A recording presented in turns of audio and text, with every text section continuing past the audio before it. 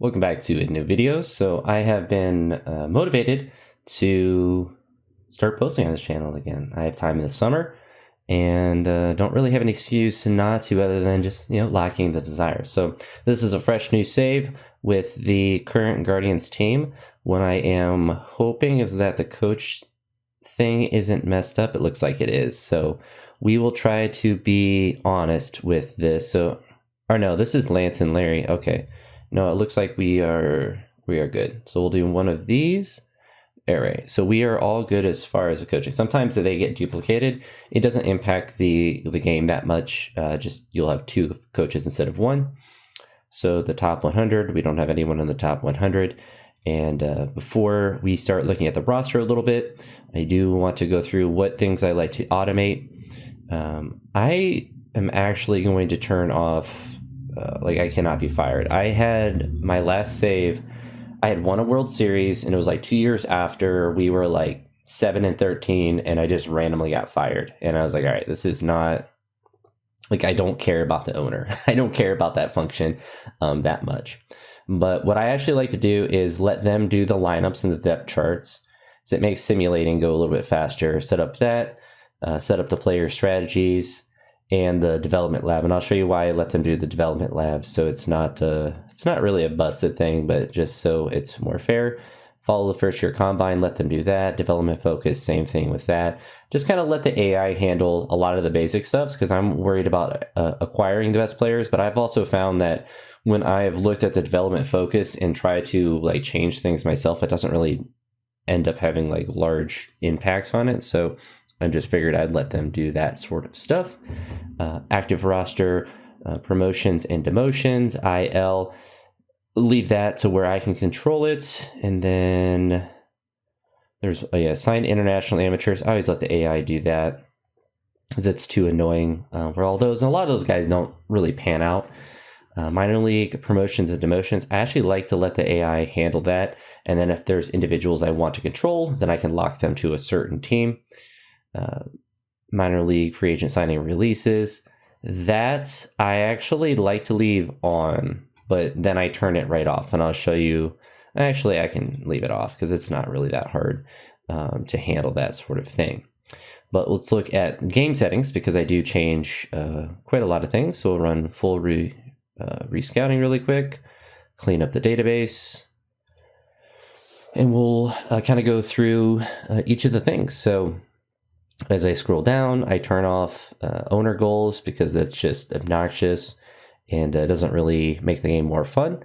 So I turn that off because it's usually just random goals and it's not really, I just don't like having it. Autosave, I have it once a year.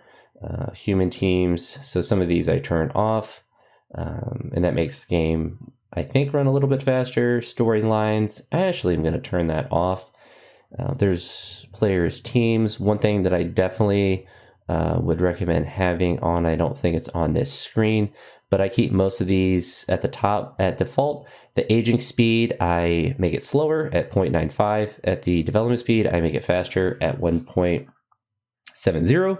I do the same thing with the pitching aging speed and the pitching development speed. Development target age and aging age, I keep those at default. I haven't really noticed. I had experimented with having them, younger or older. Didn't really notice too much of a change with that. The player development lab, I keep at it has 30 as the maximum now. So I actually like to have that the maximum because then I let the AI do that. So I find it's more, at least to me, it feels realistic because you have people that are training in the off season and you want to have as many people training in that. And so I haven't noticed major differences, whether I make the program difficulty less difficult or more difficult, and then make the improvements larger or smaller. But I leave those like that to, in theory, make training a little bit more effective. Because I feel like that's something that can happen in real life. I don't know if you can see the Band-Aid. I have a Band-Aid here. I cut myself shaving, so that's why I have that there. As far as AI setting, I take off the reputation system. I don't leave it on hard mode just because I don't want it on there. I feel like if you communicate in real life to a team, and you said, what player would you need for this trade to work? They would give you that person or people to make that work. Here I have it at 70, 20, 5, and 5. I forget, I think it was based on some other video I saw where they had changed these a little bit. So we will make sure that these are calculated. I leave this as sabermetrics, splits are favored. And this you can't make this a default setting. So a lot of these settings you can set as a template and then just import it into a file. So you can save it so you don't have to do it. And you'll go through each of these tabs each time. But this is one that I think is really nice to not have on. I don't know why it's not on manual advanced just normally, but I just always put it to there because it just makes clicking through the trade deadline a lot easier. So if we go here for the rules, I think I keep everything the same here. I keep this on allow trading of injured players greater than 7 days. So that's one thing I do check. Everything else I leave the same. I don't believe I change anything related to the draft or anything like that. If we scroll down, allow incomplete minor league rosters. That part is really nice to have on because it does get kind of messed up sometimes, especially with like your DSL team and your ACL team. Sometimes there's just not enough people on that team, whether it's for your team or for some other random team in the league. So it does create issues with that, and it's just not something you really want to be worrying about. So we're going to go here and get some coaches, make some offers to them. My philosophy with getting coaches has changed. I used to focus on having a high development rating, but I'm going to focus on having a high pitcher rating, or I have. And I haven't really noticed like a major difference one way or the other, but just decided to do that. And, it is what it is. So as far as you can also like look at, so we'll do this for the last coach. I can look at the individual and see like their relationship, and it says like poor, but like I don't have any players with it. So I mean, like, doesn't matter. It says relationship poor. So I think for everyone it will, just because there's not any players that exist on that team right now. And so make sure that is all squared away. So we have that here. And then as far as the continue bar, you want to make sure you take off the show and play today's game, unless you're a psychopath and you're going to play every game. And then I always like to make it go 1 week. That makes the simulation go a little bit faster. And then as far as how I like this screen to look, so looking at your roster, I like having the AAA team here. And this you have to do each time. Just kind of annoying, but is something that you can't preset. But make these all of the instructional league teams. And then this is where I like to put the designated for assignments. I guess this one doesn't really matter, but the 40-man, the Rule 5, I usually leave that on there unless there's an international complex, if there's players in that. So this will kind of swap, but that's where it would be, and it doesn't really exist right now because I don't have any players in that, because I believe I have that turned off. So I'll go to that screen here now that I'm thinking about that. And then the injured list, I just leave down there just because I have that tab. So if we go here to the league settings, players, generate international amateurs, I have that as a lot. Scouting discoveries, I have that turned off. It's like, I don't really care one way or the other with it, but I did see someone talk about that makes it getting those people a little bit more difficult because you can only get them during that like signing period. But I also find it kind of just annoying. It stops the simulation, and they're almost never good prospects. A lot of times they're like, a 1-star or 2-star, 1.5 star or something. So they're not really that good. And then generate established free agents. I keep that at 5, so it's low. And then independent leagues, I just leave that at the default. So with all of that out of the way, we can start to look at our team. Now, my philosophy has been in the first season is to not really do a lot of radical changes to the team. Because at least in the Guardians, this is the team that they think that is the best team for them. But make active roster decisions as far as getting people up or down. But if we look at our lineup, Has Lane Thomas up there, Stephen Kwan, Jose Ramirez, Manzardo, Santana, Bo Naylor, Brian Rocchio, Tyler Freeman, and Daniel Schneemann. Now, Tyler Freeman in real life was traded, so that's someone that we could keep on here, but we will shop him around, and we won't obviously get the same exact trade because I believe it was the dude from the Colorado. I forget his name. Obviously, Colorado doesn't. Oh, Nolan, that was his name. So we'll see if we can actually trade for Nolan Jones. Throw him on there. Take off Chris Bryant. And then we can give them some other player. See, it's like, this is the problem too. It's like, I don't really want Nolan Jones.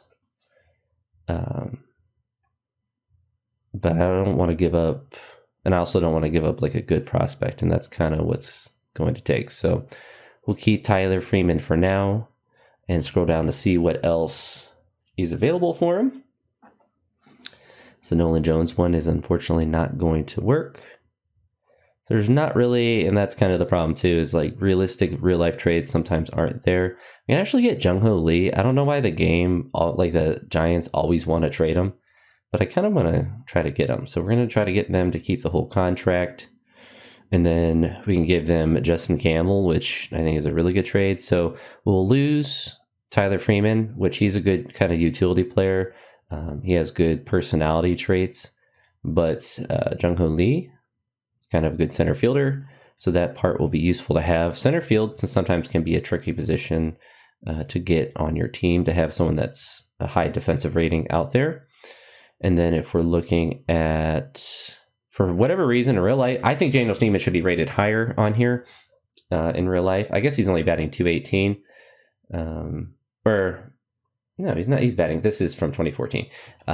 Since I went I didn't do the live start. The live start will mess up that coach thing, I find very frequently. But Daniel Schneemann, this is where you kind of can make some of those, or at least I like to make some of those normal adjustments, because just the ratings of the players, like, yeah, Daniel Schneemann in real life is playing up there, but and Gabriel Arias, Rocchio, we're gonna I don't know, sometimes he's all right. Real life, he's in AAA right now, and they have Gabriel Arias that is playing shortstop, but we can leave them there with that. Now, Ben Lively has destroyed his elbow, so we're going to trade him away.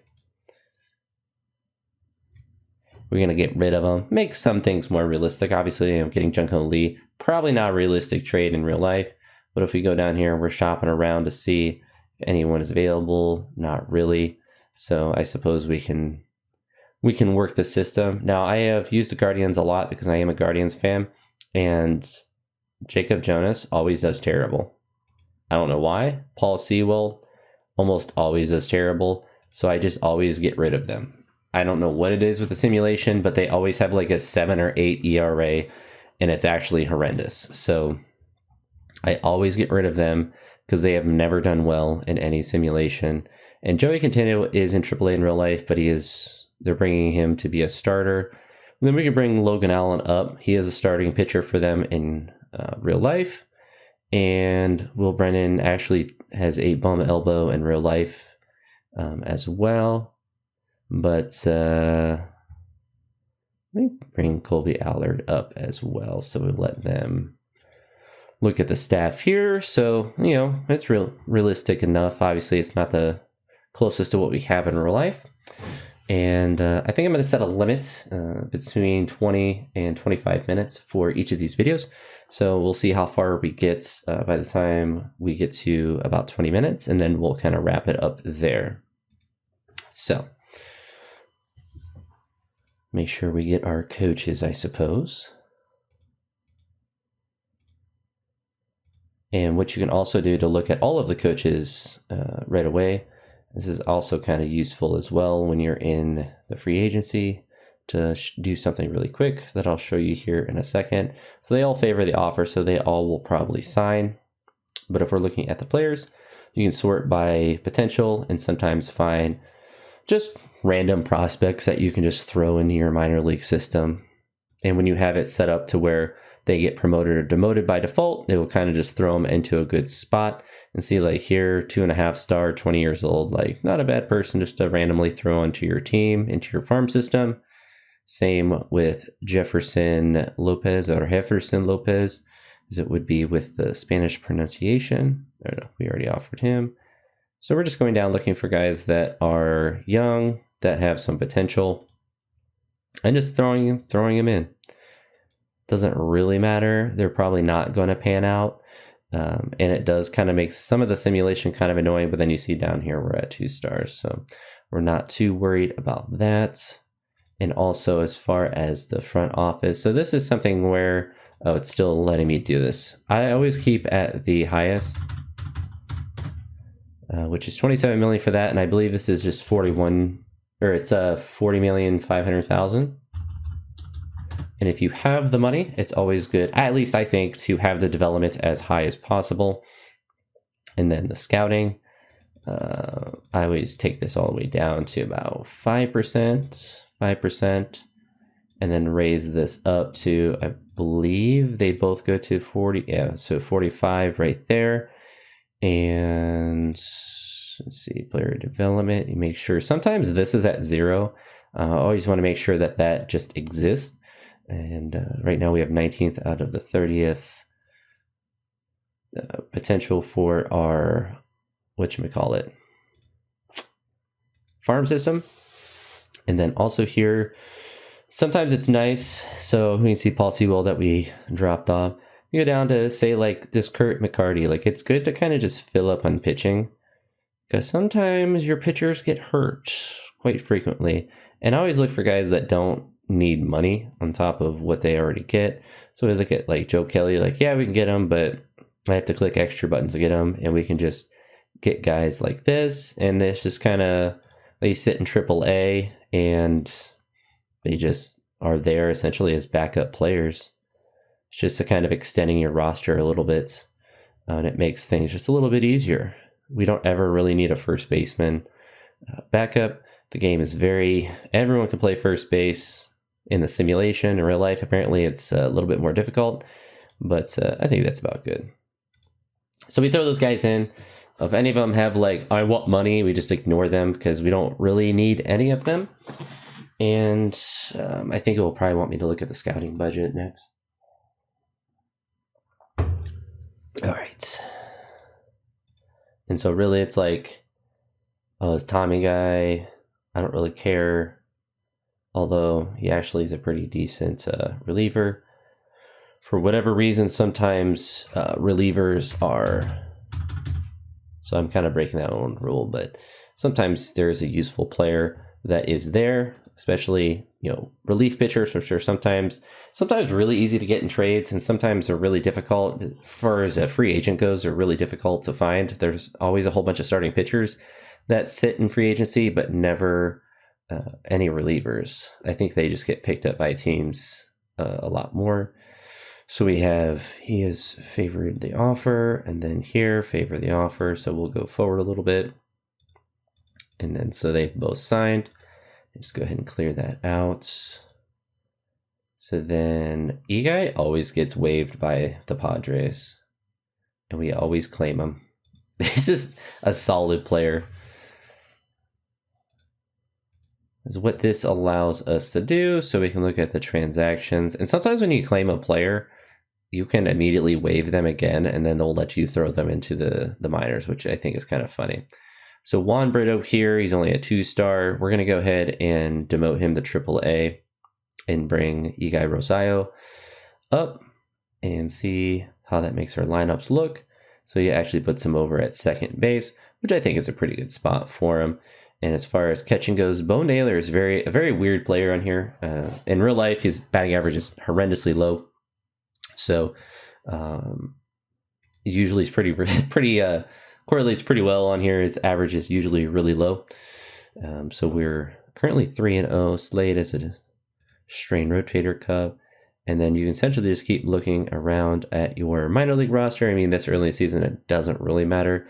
When you see the green arrow, some of them are potentially ready to come up.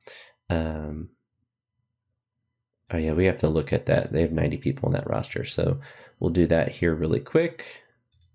We'll go over to our ACL team. We'll sort by the reverse and just get all of these. I think these might be people that come from the international complex, but I don't know. There's 90 some people on this roster. Yeah, 90 people exactly. So we just release everyone that's until we get to about 30.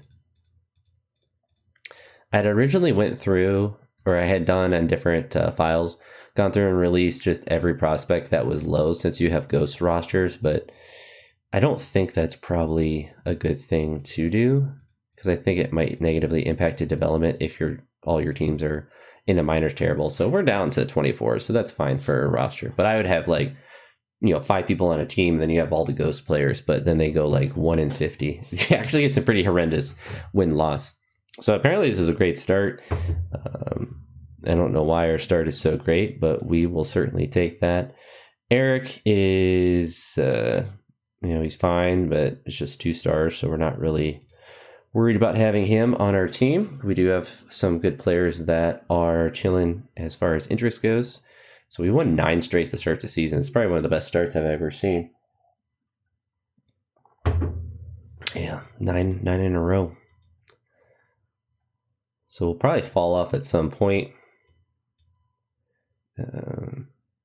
So we're just going to go ahead and place him on the injured list for the 15 days. Bring Slade back up. Okay, so we're at about 21 minutes. We have a couple more minutes. We'll get to about 25. Let's see how we do as we continue to go. Rokio. What did he do? Oh, foot contusion. His foot has been contused. So we just have a bunch of, solid players that we can bring up if we need it. Right now, as far as shortstops go, we don't really need it. We don't really want to bring Travis up necessarily because we do have Juan Brito who's batting well, but just to have someone that's, chilling for a little bit. I like to, if Travis has more potential in this case, I like to keep him in AAA and not bring him up and down a lot, just to allow him to have that consistency in one level of play. All right, so we can potentially look at our pitching. So we have Connor back, 6.94 ERA, so not very good. And then we just look to see if anyone's getting blown up really terribly. Kate Smith is, but he's too good to bring down. So what we do is see if he wants to go back to AAA, which he does. And we can't do anything with Rokio yet. So we have him there. And then we can look. So Tristan McKenzie's actually not pitching too bad. He's in AAA in real life. And we can look at Juan Brito.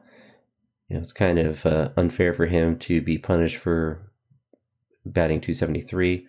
Rokio is also batting 368, so it's kind of hard to punish either one of them. He's batting 120, so we're actually going to drop him down and throw here. And then we don't really have a backup catcher, which is kind of a problem. So let's look at our lineups. We might actually have to bring him back up now that I'm thinking about it. Sort by batting average. Of course, our best hitter is batting the worst. You love to see it. I actually think we'll take Juan Brito back down. And then we can look at our catching to see who's here. So we can bring Diaz up. And sometimes John Quincy Noel learns how to play catcher, which is very interesting. One thing you can also do, I'm not going to do this now, but you can go through. So let's say that, Chase DeLauder, I want him to learn first base. This will take a little bit of time, but Tyler Naquin, we need, he's 34. In real life, they signed him to a minor league contract to become a pitcher, so he's not even an outfielder anymore, but we don't need him. Poor old Connor Whitaker. He is all by himself on the DSL Mendoza team. But let's say that Chase DeLauder, you want him to learn first base. You just go to your strategies. You lock him to the team, enable strategies, and you can do that. It's useful for some of your good players. someone like Travis Bazania. So this is true of a lot of middle infielders. They can learn every position because right now he only knows second base. So what I will do probably in the next video is work at that a little bit. I probably won't show that in the video, so I'll do that off the video because it's not really that interesting because you're just going through strategy for all of them. But you can get players like this to learn a lot of positions, and once you become familiar with players, they'll have different potential. So like right now he's maxed out as a second baseman. You can do that for a lot of positions. I know from past experiences with him, he does a good job at first base and left field. So like getting him to learn those will be useful as well. But that being said, that's it for this video. So I don't know when the next one will be. I probably won't do one every day. That seems like a lot of work and it'll probably lead me to not being consistent. But with that being said, I will talk to you all in the next one. I hope you all have a great day. Peace.